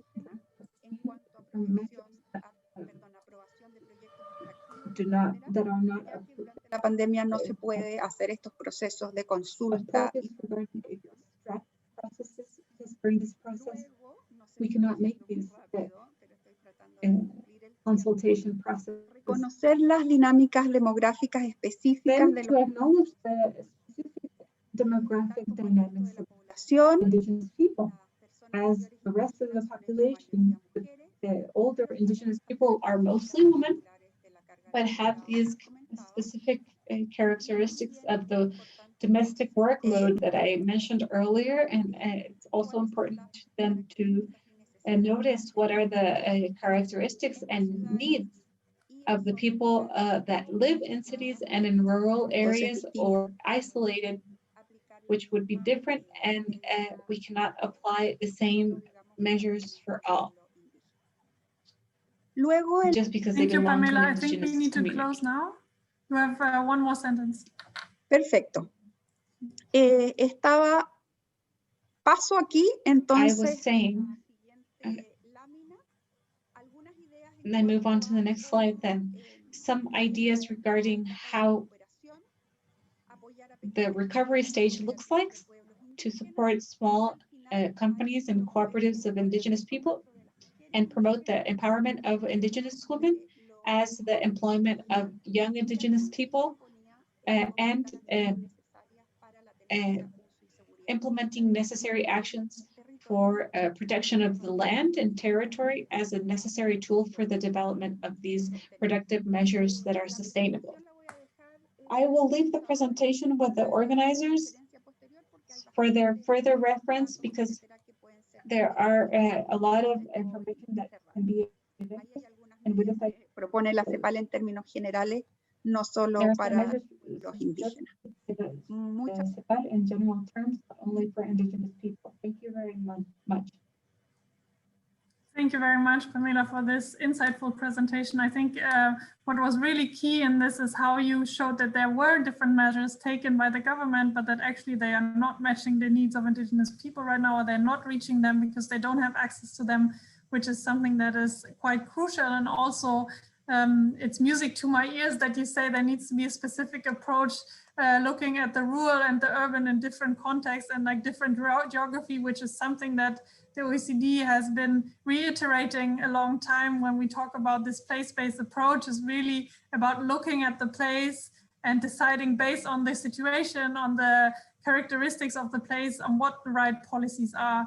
And I'd now just like to say that we are recording this and this will be online, and all the presentations from the meeting obviously will be online with that as well.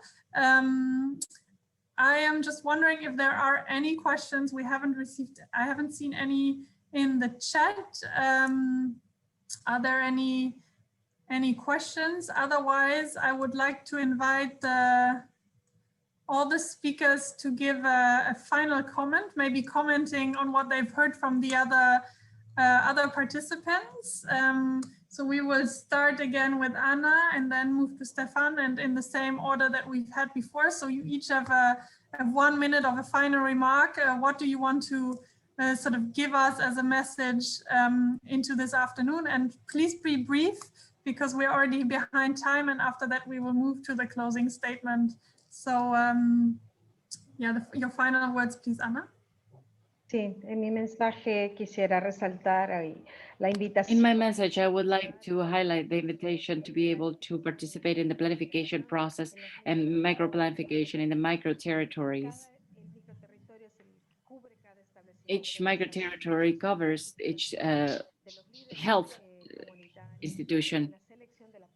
So we need to be careful in terms of the selection of the community that is going to be vaccinated first. We need to promote the demand, the spontaneous demand of the vaccine. Help us to do that. Thank you.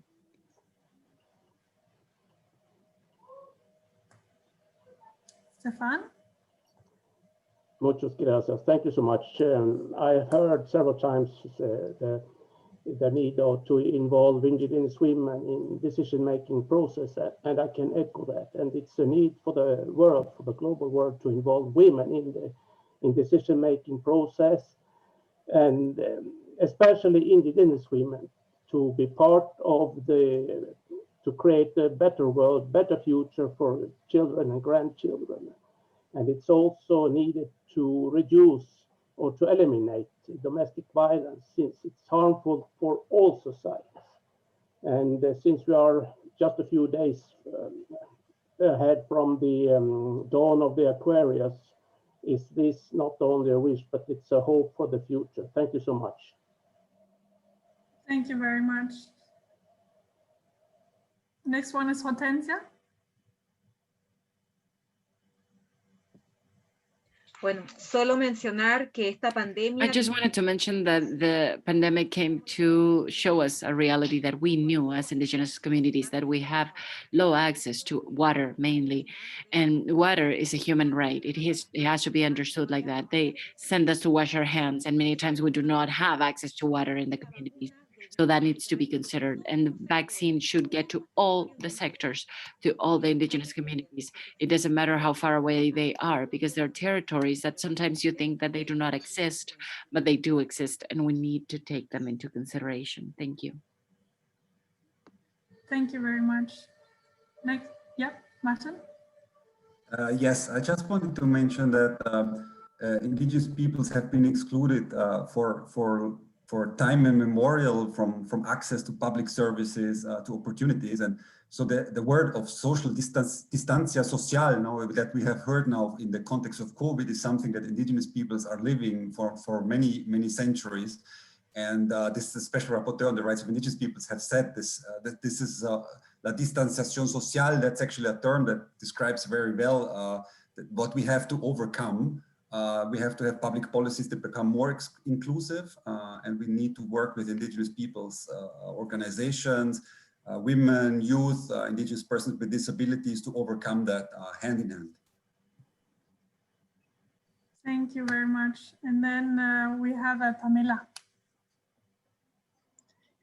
Gracias. Ha sido realmente Thank you. It's been really a pleasure and an honor for me to be able to learn from you.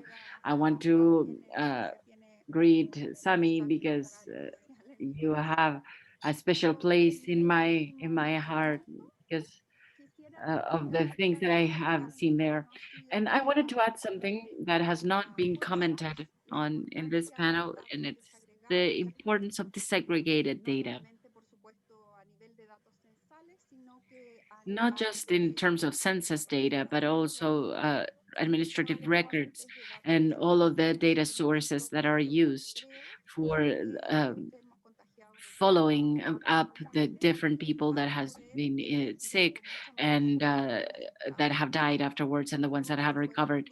We need to have that into consideration, because we need to articulate all of the information to be able to make efforts accordingly. We can use the same information that the communities themselves have. This information is also necessary in terms of gender and age, etc., as it's possible to be able to focus on a better way the public measures that, as I said before, to be different for the different rural zones, urban zones, and isolated communities. And also according to the pertainance of the different communities. We need to be clear about this for overcoming the pandemic, constructing communities, and also recovering in a sustainable and a respectful way, not just for the environment, but also for the rights of everyone. Thank you. Thank you very much. I think these are perfect closing words, reiterating again the importance of data and the need to disaggregate data as an addition to what has been said before. And with that, I thank very much all the speakers of this session. I think it was super insightful. It was really a pleasure to have you all. I think it is really important at this instance in time that we stick together, even though we can't be together.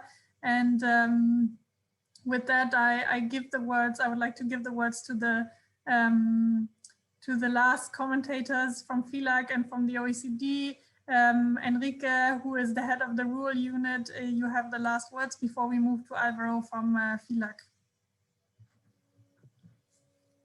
Thank you, Lisanne, for passing the word. And I realize we are past the time. And it's not an easy task to try to give a summary to such an interesting discussion that we've heard today. But I think there was a couple of interesting common points that were highlighted amongst the different interventions. Perhaps the first thing that struck me is some of the comments that were made about this system is not made for indigenous community. So I think that made me really think about the effects of COVID-19 on these systems. And at the OECD, we believe in change and transformations. We talk a lot about how these mega trends, these forces that are transforming societies and productive methods, and how to take advantage of these changes. So I think, like our Secretary General likes to say, with crisis, there are opportunities. So I think that for myself, it's quite interesting to see how we can take this crisis that's going to be happening around the COVID-19 to also think about a transformation and new systems that could be better for indigenous communities. So I think that's for me, I see it both as a challenge, but as a great amount of opportunities. And I'd like to highlight a couple of points on this area that I think are very relevant for indigenous communities. So on the impact of COVID-19, we did hear a lot about some short-term challenges that governments are putting in place to reduce the gaps, to reduce the containment rates. And in relation to this, I think a central point was around the policy to do around vaccines. And I think here the critical element that we heard is this need for a dialogue. You know, a vaccine policy cannot come from top-down measures, cannot come from national governments imposing a particular policy to some of these indigenous communities. So I think it's very, very important to establish the right dialogue in this policy to be effective and involve and engage also with some of these indigenous communities.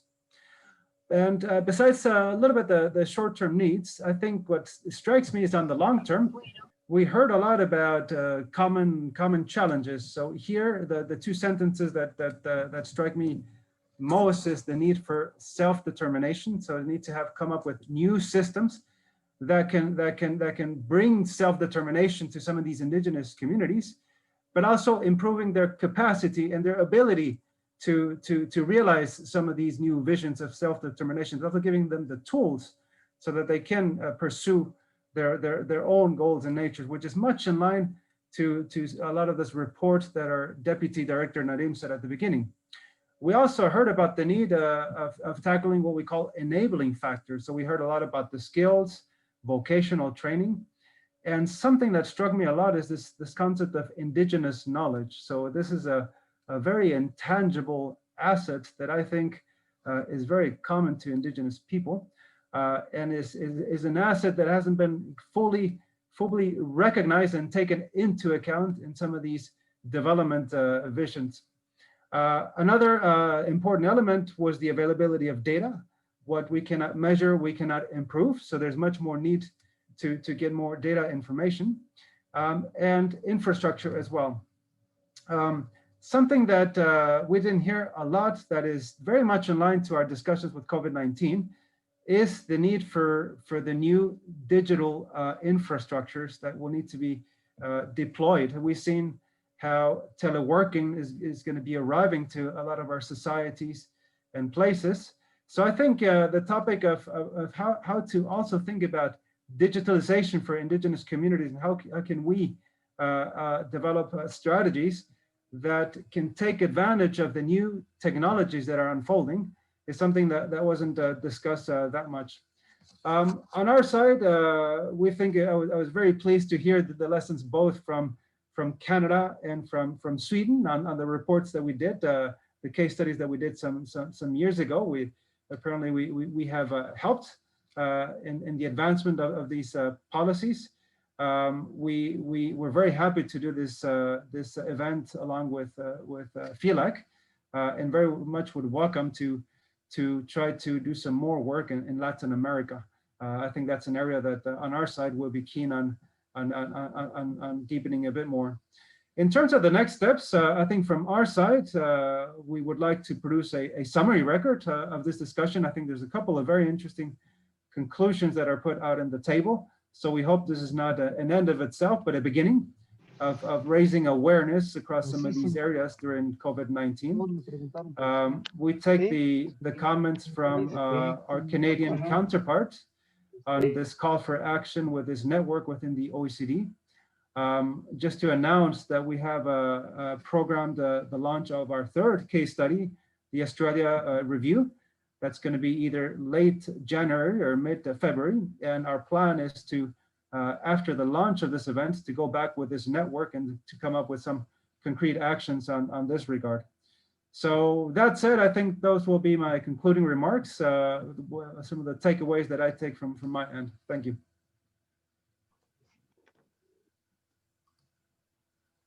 Thank you very much, Enrique. And I now invite Alvaro Pop on behalf of FILAC to provide his closing remarks. Antioche rechi hunilesh cual sasa incholna cuanquine riquinut cual ustak shoatinachirish angel. Muchísimas gracias. Quiero empezar agradeciendo. Thank you very much. I'd like to begin by thanking you all for this opportunity to meet and work that has been created. We have had a forum of enormous richness for the quantity and variety of people that have spoken. We have heard experiences from the north of Europe to the south of the Americas, from the north of the American continent to Australia, among others. Of course, there are no magical solutions or unique solutions.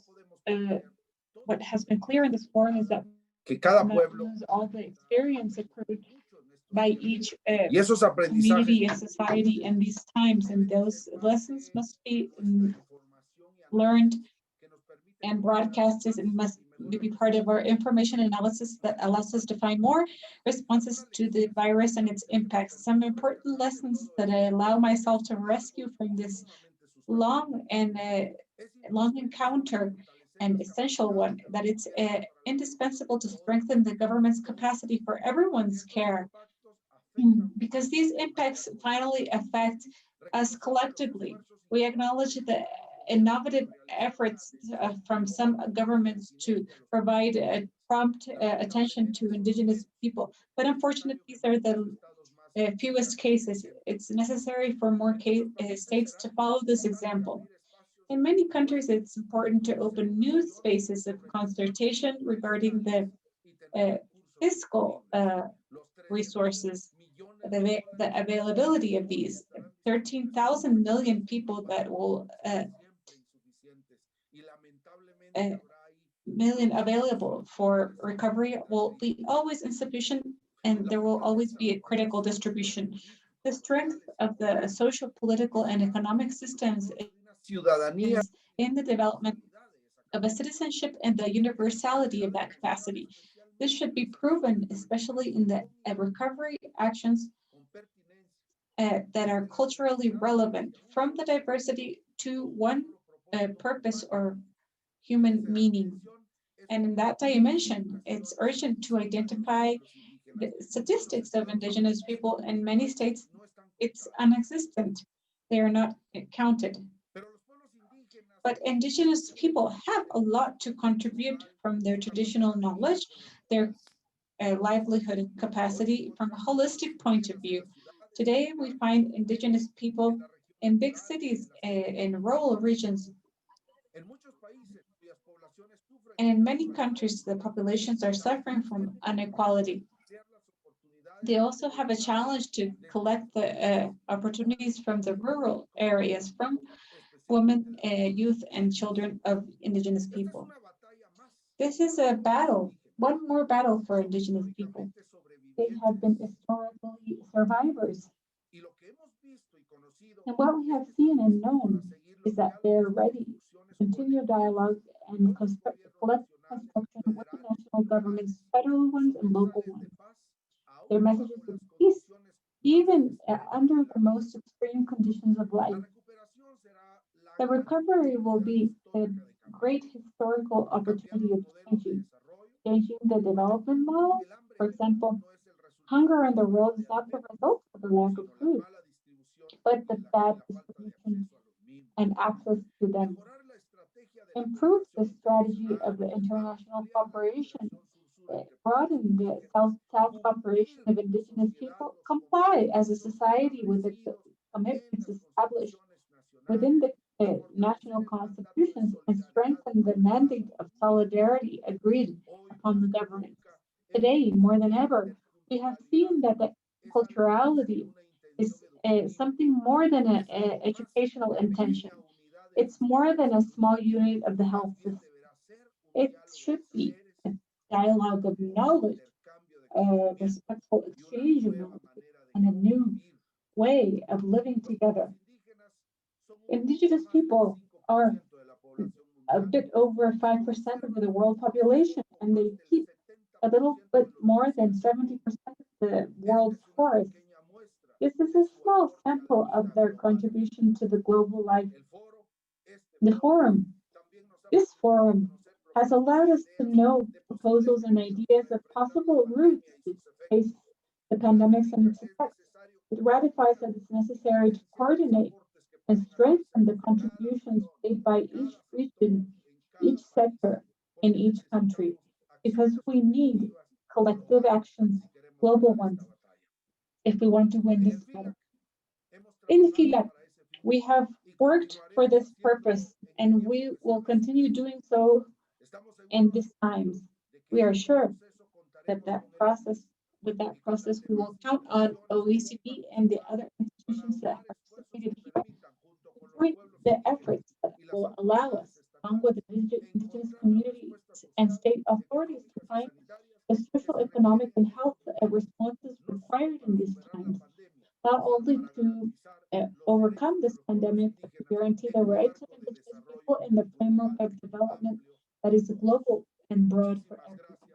Thank you very much for this opportunity of encounter and knowing each other better. Till the next time.